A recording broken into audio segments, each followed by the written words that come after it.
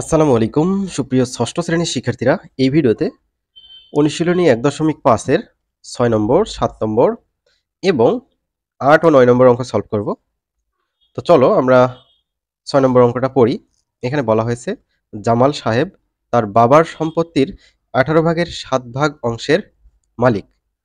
তিনি তার সম্পত্তির ৬ ভাগের ৫ অংশ ৩ সন্তানকে সমানভাবে ভাগ করে দিলেন। প্রত্যেক সন্তানের সম্পত্তির অংশ বের করো। পরিমাণ বের করতে বলেনি, ওই অংশগুলো বের করতে বলছে। ৬ নম্বরটা সলভ করা যাক। সমাধান দেখো। জামাল সাহেব ৩ সন্তানকে দিলেন সম্পত্তির, এই যে দেখো, তিনি কিন্তু তার বাবার সম্পত্তির এই যে ১৮ ভাগের ৭ ভাগ অংশের মালিক। তো ৩ সন্তানকে কতটুকু দিছে? ওই যে ১৮ ভাগের ৭ ভাগ অংশের এতটুকু অংশ দিছে, মানে ৬ ভাগের ৫ ভাগ দিছে। সো আমরা লিখব এই যে ১৮ ভাগের ৭ ভাগের ৬ ভাগের ৫ অংশ। তো এই যে ভেতরে এর আছে, এর মানে কিন্তু গুণ। তাহলে আমরা কি করতে পারি? উপর নিচে আমরা কাটাকাটি করতে পারতেছি না, কারণ কোনো কিছুতেই ভাগ যাচ্ছে না। সো আমরা উপরে গুণ করে দেব। ৭ এর সাথে ৫ গুণ করো, ৩৫ হবে। তাহলে আমরা এখানে লিখব ৩৫। তারপর নিচে ১৮ সাথে ৬ গুণ করো, ১০৮ হয়। তো এত অংশ। তাহলে জামাল সাহেব ৩ সন্তানকে দিলেন সম্পত্তির ১০৮ ভাগের ৩৫ অংশ। এটা কি? ৩ সন্তানের অংশ এর মধ্যে আছে। তো এবার ভাগ করে দেওয়ার পালা। ৩ সন্তানকে যদি ভাগ করে দেই, তাহলে এই অংশটাকে ৩ দিয়ে ভাগ করতে হবে। দেখো এবার প্রত্যেক সন্তান কিভাবে পাবে? এই যে ১০৮ ভাগের ৩৫ ভাগ আছে, এটাকে ভাগ করা হয়েছে ৩ দিয়ে। তো পরের লাইনে আমরা কি করব? এই যে ভাগটা উঠাই দেব, তাছাড়া তো কাটাকাটি করা যাবে না। তো এইটা যা আছে তাই লিখছি। এই ভাগটা গুণ করে দিয়েছি। ভাগটা গুণ করে দিলে ভাগের পরে যা থাকে সেটা উল্টে যায়। তো এখানে ৩ আছে। ৩ যদি উল্টে যায় তাহলে কি হবে? ১/৩ হবে। কারণ প্রত্যেকটা একটা পূর্ণ সংখ্যার নিচে একটা করে ১ থাকে। তাহলে ১/৩ হবে। তাহলে উপরে ৩৫ এর সাথে ১ গুণ করো, ৩৫ একে ৩৫, নিচে হচ্ছে ৩ আর ১০৮ গুণ করো, কত হবে? ৩২৪ হবে। তো এত অংশ। তো এটাই হচ্ছে উত্তর। আশা করি বুঝতে পেরেছো। খুবই সহজ অঙ্ক ছিল একটা। ৭ নম্বর, দুইটি ভগ্নাংশের গুণফল ৪৮ সমস্ত ৮ ভাগের ১ ভাগ। একটি ভগ্নাংশ ১ সমস্ত ৩২ ভাগের ১৩ ভাগ হলে অপর ভগ্নাংশটি নির্ণয় করো। দুটি ভগ্নাংশের গুণফল এত। তাহলে প্রথমটি আর দ্বিতীয়টি গুণ করে গুণফল হয়, তাই না? তাহলে একটি ভগ্নাংশ যদি আমরা এটা ধরি, তাহলে অপরটি যদি এই যে দ্বিতীয় ধরি, তাহলে দ্বিতীয়টি বের করতে গেলে কি করতে হবে? এই যে প্রথম, এটা ডান পাশে ভাগ করে দিতে হবে। গুণ আছে, ডান পাশে গেলে কি হবে? ভাগ হবে। তাহলে গুণফলকে আমাদের একটি ভগ্নাংশ দিয়ে ভাগ করলেই অপর ভগ্নাংশটি পেয়ে যাব। আশা করি বুঝে গিয়েছো। এই সিস্টেমে আমরা কাজটা করব। দেখো এখানে সমাধান দেওয়া আছে। দুটি ভগ্নাংশের গুণফল এত। তো এটা মিশ্র আছে, অপরকৃত করব। ৪৮ এর সাথে ৮ গুণ করে তার সাথে ১ যোগ করতে হবে।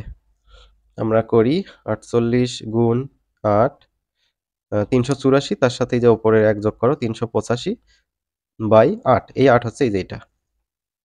এবং একটি ভগ্নাংশ কত ছিল? এই যে ১ সমস্ত ৩২ ভাগের ১৩ ভাগ। তো ৩২ কে ৩২, তার সাথে ১৩ যোগ করো, কত হবে? ৪৫ হবে। আর এই ৩২টা এই যে এইখানে দেওয়া হয়েছে। তো আমরা পেয়ে গেলাম অপরকৃত ভগ্নাংশ পেয়ে গেলাম। এবার অপর ভগ্নাংশটি কিভাবে বের করব? আমি একটু আগেই বলছিলাম যে দুইটি ভগ্নাংশের গুণফলকে একটি ভগ্নাংশ দিয়ে ভাগ করতে হবে। তো এটাই হচ্ছে দুইটি ভগ্নাংশের গুণফল। তাকে আমরা ভাগ করব একটি ভগ্নাংশের এটি দিয়ে। তো ভাগ থাকলে আমরা কিছু করতে পারি না। এক্ষেত্রে ভাগটা গুণ করে নিতে হবে। এই যে দেখো, ভাগটা গুণ করে নিলে ভাগের পরবর্তীতে যা থাকে সেটা উল্টে যাবে। ৪৫/৩২ ছিল, ৩২/৪৫ হবে। এবার আমরা একটু কাটাকাটি করি। ৮ কে ৮, ৪ ৮ ৩২। তাহলে এখানে আমরা শেষে ৫ দেখতে পাচ্ছি, এখানেও ৫ দেখতে পাচ্ছি। তার মানে ৫ দিয়ে ভাগ যাবে। ৫ দিয়ে ৪৫কে ভাগ করলে ৫ নং ৪৫ হবে। ৫ দিয়ে ৩৮৫কে ভাগ করলে কত হয় দেখি? ৭৭ হয়। তো উপরে ৪ আর ৭৭ থাকলো, এই দুটো গুণ করলে ৩০৮ হবে। আর নিচে ৯ আর ১ থাকলো, ৯ কে ৯। ৩০৮/৯ এটা যদি তুমি মিশ্র করো এরকম হবে। মিশ্র করা তো আমি আগের ভিডিওগুলোতে প্রত্যেকটাতেই দেখিয়ে দিয়েছি, তো আর দেখানোর প্রয়োজন মনে করছি না। তো এটা হচ্ছে 7 উত্তর। এবার 8 নম্বর দেখো, একটি পানি ভর্তি বালতির ওজন 16 সমস্ত 2 ভাগের 1 ভাগ অর্থাৎ 16.5 কেজি। বালতির 4 ভাগের 1 ভাগ অংশ পানি ভর্তি থাকলে তার ওজন 5 সমস্ত 4 ভাগের 1 ভাগ কেজি হয়। খালি বালতির ওজন নির্ণয় করো। খালি বালতির ওজন কিভাবে নির্ণয় করতে পারি? এই অঙ্কটা একটু ক্রিটিক্যাল মনে হতে পারে, কিন্তু সহজ আছে দেখো। প্রথমত পানি ভর্তি বালতির ওজন যেটা দেওয়া ছিল মিশ্র, সেটা অপরকৃত করে নেব। তো 16 দুগুণে 32, তার সাথে 1 যোগ করো 33, 33/2 কেজি। আর হচ্ছে এই যে 1/4 অংশ পানি ভর্তি থাকলে তার ওজন 5 সমস্ত 4 ভাগের 1 ভাগ। এটা আমরা অপরকৃত করে নেব। তো এই যে 4, 5, 20, তার সাথে 1 যোগ করো, কত হয়? 21। তো 21/4 কেজি। এখন কি করতে হবে? এখন 2টা অংশ আমরা দেখতে পাচ্ছি অঙ্কের মধ্যে। এই একটা অংশ, এই একটা অংশ। এই দুটো অংশতে 2টা কাজ হবে। প্রথম কাজটা হচ্ছে এই যে এটা। একটি পানি ভর্তি বালতির ওজন 16.5 কেজি। পানি ভর্তি মানে কি? বালতির ওজনও আছে এর মধ্যে, আবার পানির ওজনও আছে। 2টা মিলায়া 16.5 কেজি। তাহলে আমরা এটা লিখতে পারি বালতির এক অংশ বা সম্পূর্ণ পানির ওজন যোগ বালতির ওজন 33/2 কেজি। তাহলে 33/2 কেজি বা 16.5 কেজি হচ্ছে বালতির ওজন প্লাস বালতির মধ্যে পানির ওজন। এরপরে দেখো বালতির 4 ভাগের 1 অংশ পানি ভর্তি থাকলে তার ওজন এত কেজি। তো এটা আরেকটা কন্ডিশন। এখানে আমরা লিখতে পারি বালতির 4 ভাগের 1 অংশ পানির ওজন প্লাস বালতির ওজন। এখানেও কিন্তু পানি আছে প্লাস বালতির ওজন আছে। 2টা মিলায়া ওই যে 5.5 কেজি হবে এখানে। তো এটা আমরা কিন্তু এখান থেকে নিয়েছি 21/4 কেজি। এখন 2টা আমরা লাইন পেলাম। এই দুটো লাইনের দিকে যদি একটু খেয়াল করো, সেটা হচ্ছে এই লাইন এবং এই লাইন। 1 নম্বর এবং 2 নম্বর সমীকরণ যদি ভাবো, এর মধ্যে কিন্তু বালতির ওজন কমন আছে। তো বালতির ওজন যদি আমরা কাটতে পারি, তাহলে আমরা বালতির পানির ওজনটা কিন্তু বের করতে পারবো। তো 2টা সমীকরণ যদি বিয়োগ করি, তাহলে কি হতে পারে দেখো? এটা বিয়োগ করলে কি হবে দেখো? তো এর সামনে প্লাস আছে, মাইনাস হবে। সরি, এখানে দিতে হবে। তো এটা না দিলেও হবে। আমি বোঝানোর জন্য এটা দাগগুলো দিচ্ছি। এবার দেখো, উপরে বালতির ওজন হচ্ছে প্লাস, নিচে বালতির ওজন মাইনাস, প্লাস মাইনাস কাটা যাবে। আর উপরে হচ্ছে দেখো বালতির 1 অংশ বা সম্পূর্ণ পানির ওজন, আর বালতির 1/4 অংশ পানির ওজন। উভয়ই কিন্তু পানির ওজন। তাহলে 1 থেকে 1/4 অংশ বাদ যাবে, যেহেতু এটা বিয়োগ। তাহলে আমরা কি করতেছি এখন? 2টা লাইন বিয়োগ করতেছি। তাহলে বালতির 1 বিয়োগ 1/4 অংশের পানির ওজন সমান। এই যে উপরের এটা হচ্ছে এখন হচ্ছে প্লাস আর এটা হচ্ছে মাইনাস। তো উপরেরটা লেখার পর মাইনাস দিয়ে নিচেরটা লিখতে হবে। তাহলে উপরেরটা এটা মাইনাস নিচেরটা এটা, এত কেজি। এখন আমরা লসাগু করব। লসাগু কিভাবে করব দেখো? এই যে 1 এর নিচে একটা 1 আছে, তো 1 আর 4 এর লসাগু 4 হবে। তাহলে এটা যেহেতু পূর্ণ সংখ্যা, তো লসাগু 4 দিয়ে গুণ হবে। 4 কে 4 বিয়োগ এটা যেহেতু লসাগুর সমান, তো 4 4 কাটা যাবে। এখানে যেটা থাকবে সেটা এখানে বসবে। তাহলে 1 হলো এত অংশ পানির ওজন। এখানেও 4 আর 2 এর লসাগু 4 হবে। তাহলে 2 দিয়ে এই 4 কে ভাগ করো, 2 হবে। 2 দিয়ে হচ্ছে 33 কে গুণ করো, 66 হবে। বিয়োগ 4 এবং 4 সেম, সো উপরে যা থাকবে সেটাই এখানে বসবে। এত কেজি।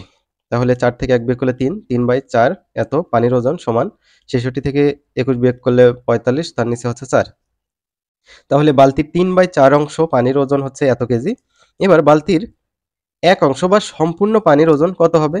তো এরকম যদি থাকে তাহলে কি করতে হবে? 1 এর উপরের জিনিসটা নিচে এসে ভাগ হয়। তো 45/4 ভাগ 3/4 এরকম হবে। সো এখানে ভাগটা গুণ করে দিলে এটা উল্টে যাবে। তাহলে এই লাইনটা দেখতে পাচ্ছ, এখানে সেম লাইন। তো এটা কাটা যাবে। 3 অক্ষে 3, 3 15 45, তো 15 কেজি। তো এটা হচ্ছে বালতির সম্পূর্ণ পানির ওজন। এটা হচ্ছে 15 কেজি। আর এখানে কত ছিল? একটি পানি ভর্তি বালতির ওজন 16.5 কেজি। তাহলে বাকি কত থাকে? 1.5 কেজি বাকি থাকে। তো আমরা ওই যে 33/2 থেকে 15 কেজি বাদ দেব। তো 2 লসাগু হবে। তো লসাগুটা করলে 33 থেকে 30 বিয়োগ করলে 3 হবে, 3/2। 3/2 মানে হচ্ছে 1 সমস্ত 2 ভাগের 1 ভাগ বা 1.5 কেজি। তো এটাই হচ্ছে খালি বালতির ওজন, এটাই উত্তর। অঙ্কটা একটু জটিল ছিল। এবার দেখো 9 নম্বর, দেখাও যে এই দুটো ভগ্নাংশের গুণফল এদের গসাগু ও লসাগুর গুণফলের সমান। তো ভগ্নাংশ দুইটার গসাগু আর লসাগু বের করে গুণ করে দেখব। তো ভগ্নাংশদ্বয়ের গুণফল, প্রথমে আমরা গুণফলটা বের করি। এটা আর এটা গুণ করে নিয়েছি। তো 4 5 20, তার সাথে 1 যোগ করো 21, 21/4। তো 8 দুগুণে 16 আর 1 এ 17, 17/8। 21 এর সাথে 17 গুণ করো, এটা হবে 4 আর 8 গুণ করো, 4 8 32 হবে। এবার লসাগু আর গসাগু বের করব। তো প্রথমে আমরা গসাগু বের করব। এবার কি করতে হবে তাহলে? ভগ্নাংশের লব এবং হরের লসাগু গসাগু ইত্যাদি করতে হবে। তাহলে ভগ্নাংশ দুটির লব 21 আর 17, এই যে দেখো 21 আর 17। তো গসাগু কি হবে? 1 হবে, কারণ এই দুটাকে এক বাদ দিয়ে অন্য কিছু দিয়ে ভাগ করা যায় না। তাহলে এবার হর হচ্ছে 4 আর 8, এই দুটার লসাগু কত হবে? 4 আর 8 এর লসাগু 2 দিয়ে কাটলে, তাহলে এইসব গুণ করে 2 দুগুণে 4, 4 একে 4, 4 দুগুণে 8। তাহলে ভগ্নাংশ দুটির গসাগু কত হবে? ভগ্নাংশগুলোর লবের গসাগু ভাগ ভগ্নাংশগুলোর হরের লসাগু, তাহলে 1/8। এবার ভগ্নাংশ দুটির লব 21 আর 17 এর লসাগু করব। তো এই দুটা গুণ করতে হবে, কারণ একটা মৌলিক সংখ্যা আর একটা যৌগিক সংখ্যা, গুণ করতে হবে। 357 পাবো। এবার ভগ্নাংশ দুটির হর 4 আর 8 এর গসাগু 4 হবে। তো দেখো এই যে এই 2 আর 2 গুণ করো, 4 হবে। এগুলো কিন্তু গসাগুর সময় নেওয়া যাবে না এগুলো। তাহলে লসাগু এবার দেখো। তো শিক্ষার্থীরা, এখানে হচ্ছে ওপরে হচ্ছে গসাগু হবে না, এখানে হচ্ছে লসাগু হবে। তারপর নিচে এখানে লসাগু হবে না, এটা হচ্ছে গসাগু হবে। তো ভগ্নাংশের লবের লসাগু পাইছি 357, আর ভগ্নাংশের হরের গসাগু পাইছি হচ্ছে 4। তো এটাই হচ্ছে ভগ্নাংশ দুটির লসাগু, আর উপরেরটা হচ্ছে গসাগু। তো এবার ভগ্নাংশ দুটির গসাগু আর লসাগু গুণ করে দেবো। এই দুটাও যদি গুণ করো, তো এটার সাথে এটা গুণ করলে এটা পাবা, 4 8 কত 32। তো এই জিনিস আর এই জিনিস কিন্তু সেম। তাহলে ভগ্নাংশদ্বয়ের গুণফল আর হচ্ছে ভগ্নাংশদ্বয়ের লসাগু ও গসাগুর গুণফল সেম। তো এটাই হচ্ছে দেখানো হলো। আমরা পরবর্তী ভিডিওতে সরল অঙ্ক আলোচনা করব।